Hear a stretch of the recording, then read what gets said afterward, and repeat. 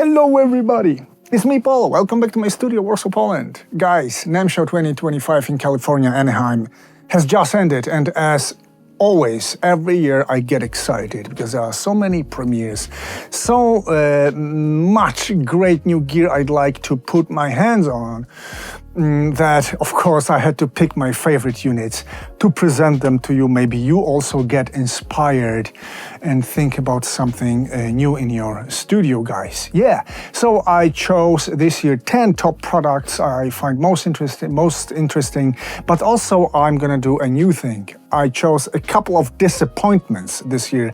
Not everything really seemed so great and exciting this year, and I'm gonna present it to you too, to know your opinion on it. Let's go. Hey, like the channel, like the studio, like the videos. Please consider subscribing somewhere here down in the corner, getting notified, liking this vid, and commenting on it down below so that I know what you think about my list and what's your list of tops and possibly flops during this year's Namm Show. Let's go.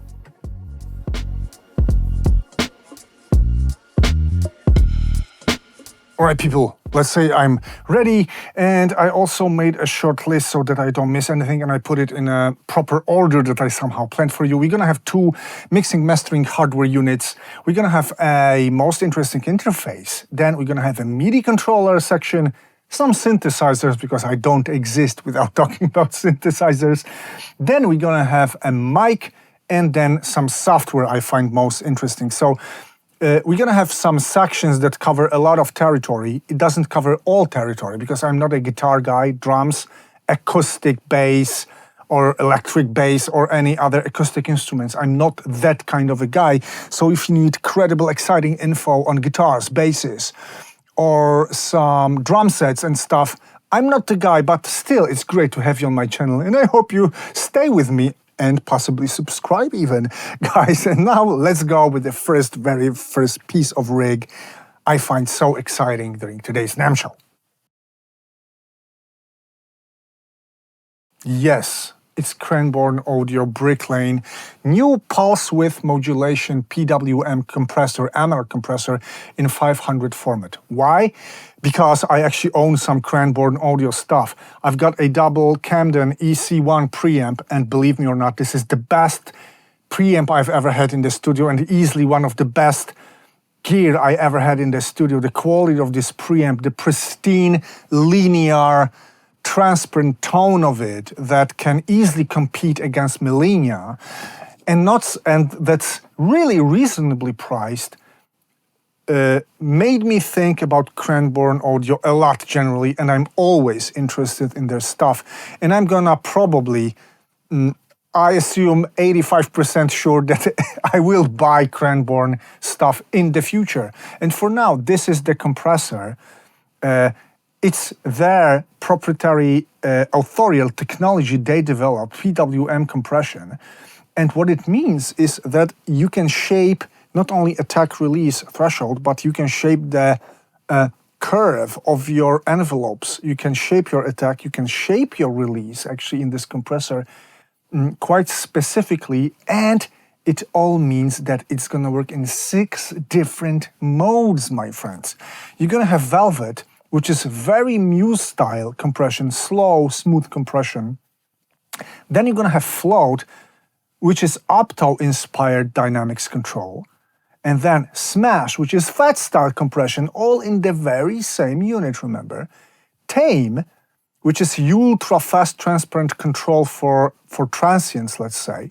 Then Glue, which is SSL style compression, of course, and then Polish, which is mastering style limiting, actually. And having all this in an analog form, in 500 format, reasonably priced, really feels more than inviting. And we don't have any great distribution of Cranborn Audio here in Poland. We have a distributor. He's not very active on our market, but I will do my best to put my hands on this compressor in the studio and possibly review it for you. Let's move on. Yes, black box HGQ equalizer, a stereo equalizer with 3 bands, offering boost and cut at the same time, tube-driven, so kind of Pultec inspired, but knowing the quality of black box gear, that's going to be something absolutely smashing and amazing. Their HG2 saturation unit is crazy, is absolutely insane. I wish I could say this is affordable. It's not really very affordable for everybody probably, but it's absolutely worth a listen. And I will do also my best to grab it just for a while in the studio. And also it has been released in a plugin form by Plugin Alliance. And also what's interesting, and it's getting a trend on the market, that plugin both is going to serve you as a separate unit, a virtual version of this compressor, but it can also be a remote controller for this, not compressor, EQ, which feels and sounds great. And yes, this is an exciting piece of gear, and I bet all my money it sounds great. Let's move on. So, SSL enters the market of rack mount interfaces with their new SSL 18. Welcome, this is like this pro, let's name it like this, pro segment of the market of interfaces. And it's got 8 combo inputs, preamps plus line instrument inputs. It's gonna have probably some great compression, SSL compression board, a piece of software, yes, SSL production pack with full of software, and of course on paper 125 dB dynamic range, and really great sounding. What I miss a bit are the outputs, 8 of outputs. Well, 8 of inputs, send outputs, insert returns. This is not like very much, let's name it like this, let's call it not much. It's not little, but it's not really like, it's not galore. I'm used to, for example, my RME, which offers more, maybe that's why I think you've got ADAT outputs, inputs, SPDIF, you've got MIDI connectivity through mini jacks and a USB-C. What you don't have is any possibility to chain your interfaces through Dante or any other protocol. That's what I miss a bit in this interface, but it's really reasonably priced. Guys, it's not like the most expensive out there, which is also a factor. And welcome, SSL. It's surely a great piece of gear. I wonder how about stability, how about the functionality, how the mixer looks and works. I mean, looks great, looks SSL. Probably also it's very functional, though nothing is more functional than RME. Nothing literally, and nobody will convince me ever that I should switch my RME to anything. Still, it looks really great, it looks promising. It's got an interesting price point. Plus also there's second gear that somehow assists this gear, and it's Alpha 8 ADAT extension. Of course you can use, because it's ADAT, you can use it with any other interface, but it's just an ADAT interface with additional 8 inputs for your interface from the same series. Is gonna look very nice and professional in your rack space. So yeah, that's what I would test out definitely from this year's Namm Show in area of interfaces. Let's move on. Melbourne Instruments. These are the guys known for 2 synthesizers with this crazy, very untypical look. Large knobs and these PC keyboard-like caps. And there's this Delia synthesizer with 4 octaves. And there was the second one called Nina, which is, let's say, a similar design in a desktop form. But what was really interesting in both, that all the knobs are motorized. They move along with your MIDI automation. And Roto-Control looks like this and does the same. The knobs are motorized here. They're gonna move along with the values you program. That's really cool. That's gonna give you an insight into what's up. And it's gonna give you simply a lot of control at your hands with this simple feature. Plus, it's got really great looking, very detailed LED, LCD displays, colorful ones, Probably you can customize them. Also, these keycaps are crazy, plus the main display here. And it all makes it enough for me to test it out, to really give it a try as my MIDI controller. I've got something like this from Etsy. It's not a bad one, but it's kind of programmable as well. But that's not my favorite controller. I could easily upgrade from this. The point is that the price point for this Roto-Control is not the lowest one as well. So it has to be a well thought out. You have to reflect on this if you need this and if you're gonna really level up your workflow with this one. It's not the cheapest small controller out there, but still, it's a very, very interesting looking one. Let's move on.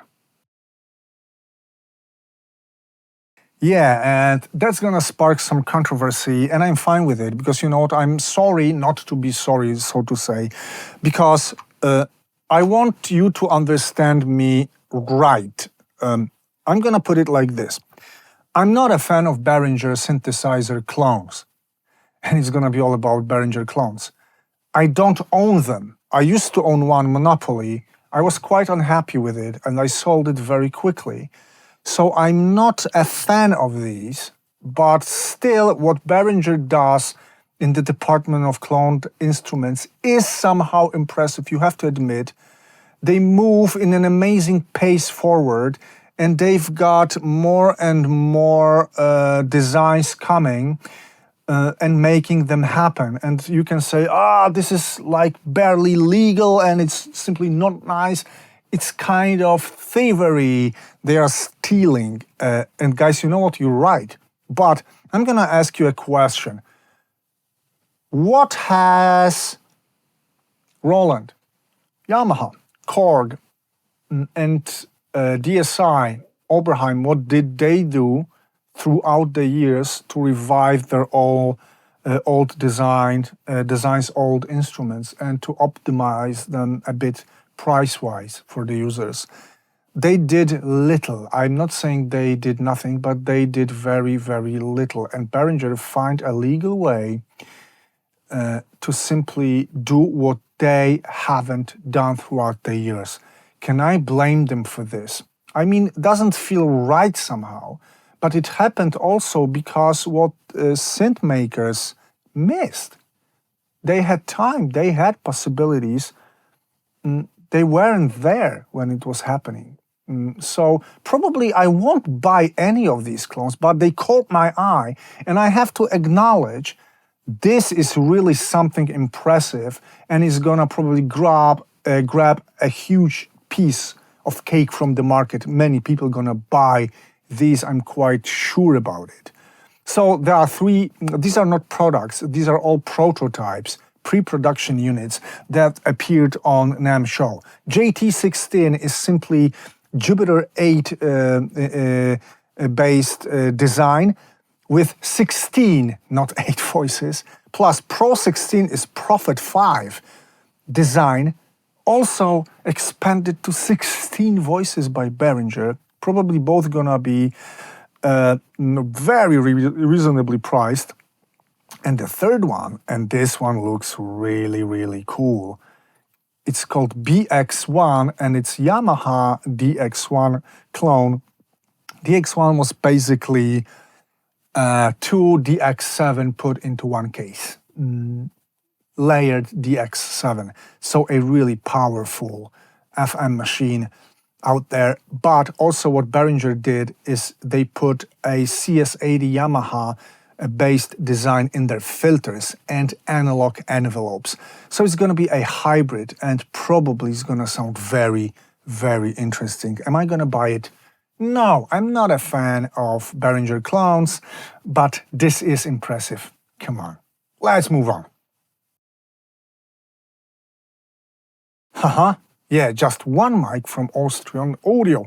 Austrian Audio guys are the guys, these are the descendants of the old AKG Austrian company, because as you might know, AKG has been acquired by Samsung Electronics, and they got the rights to the brand. But actually the Austrian headquarters, the Austrian mothership, engineers and workers decided to buy out their Austrian core part of the business, factories and stuff, and labs from Samsung, and they set it up, they relaunched it as Austrian Audio. So this is the AKG heritage and a very, very high quality equipment, if you didn't know.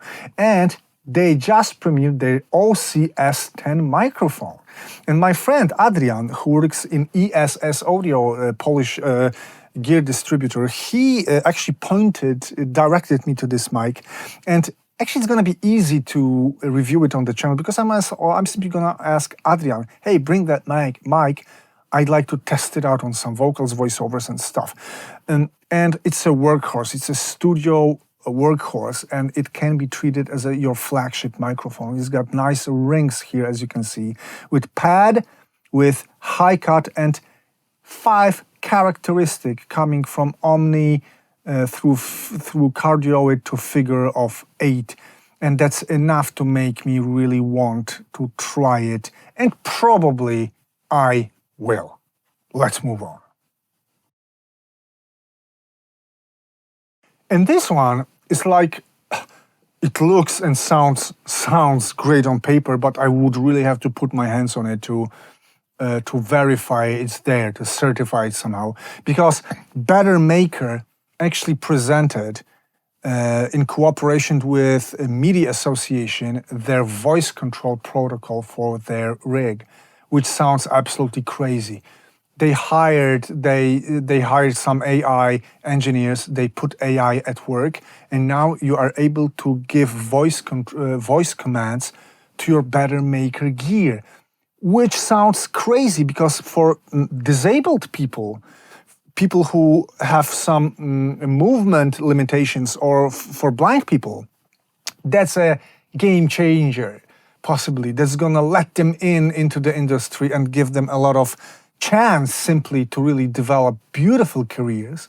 But I can easily imagine myself being lazy and telling my gear, hey, could you just make it a bit brighter starting from 4K and taking care of this bump to 150 because I don't really like it.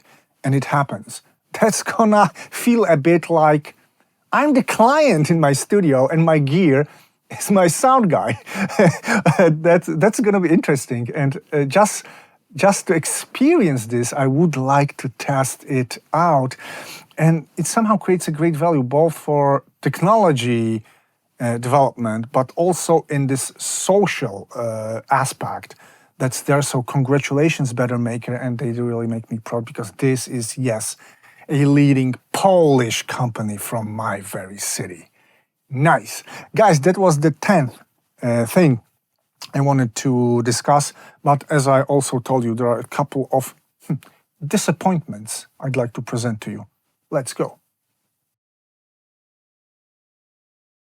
And I promise not to spend too much time on it, because if you don't like something, don't complain in your life, don't do it.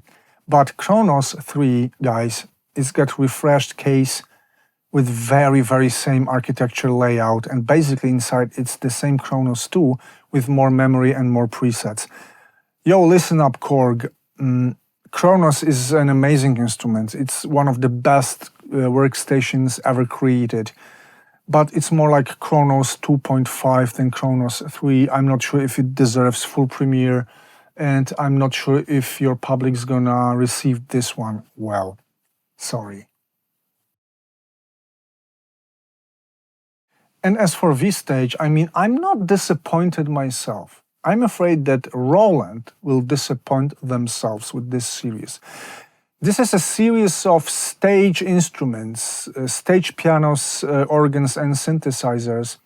And if you take a look, not even a closer look, you're gonna see that clearly it has been inspired by Nord stage instruments. And competing with Nord is a very brave move, because Nord is so well-renowned, so reliable among musicians around the world, that trying to grab some market from them is going to be really, really difficult. And the only hope for Roland, I think, is that it's simply cheaper. It's seriously Nord stage inspired, as you can see. While Nord costs almost $6,000, Roland V-Stage is less than $4,000. And maybe that's the selling point. We're gonna deliver you same architecture, same concept.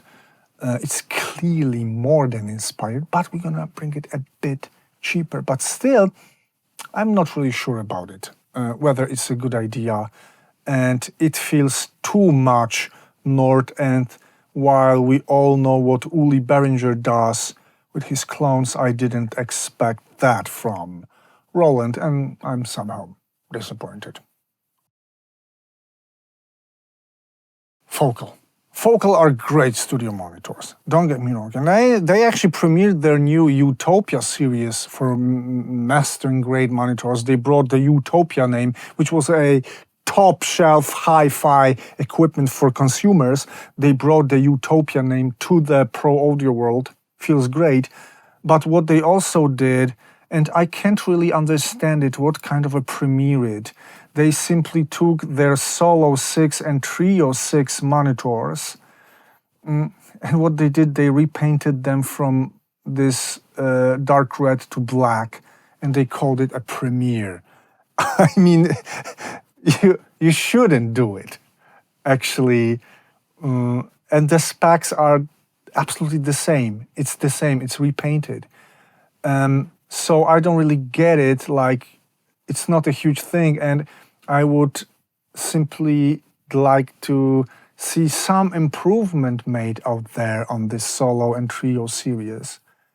But there's nothing like it. They repainted these and they called it a premiere.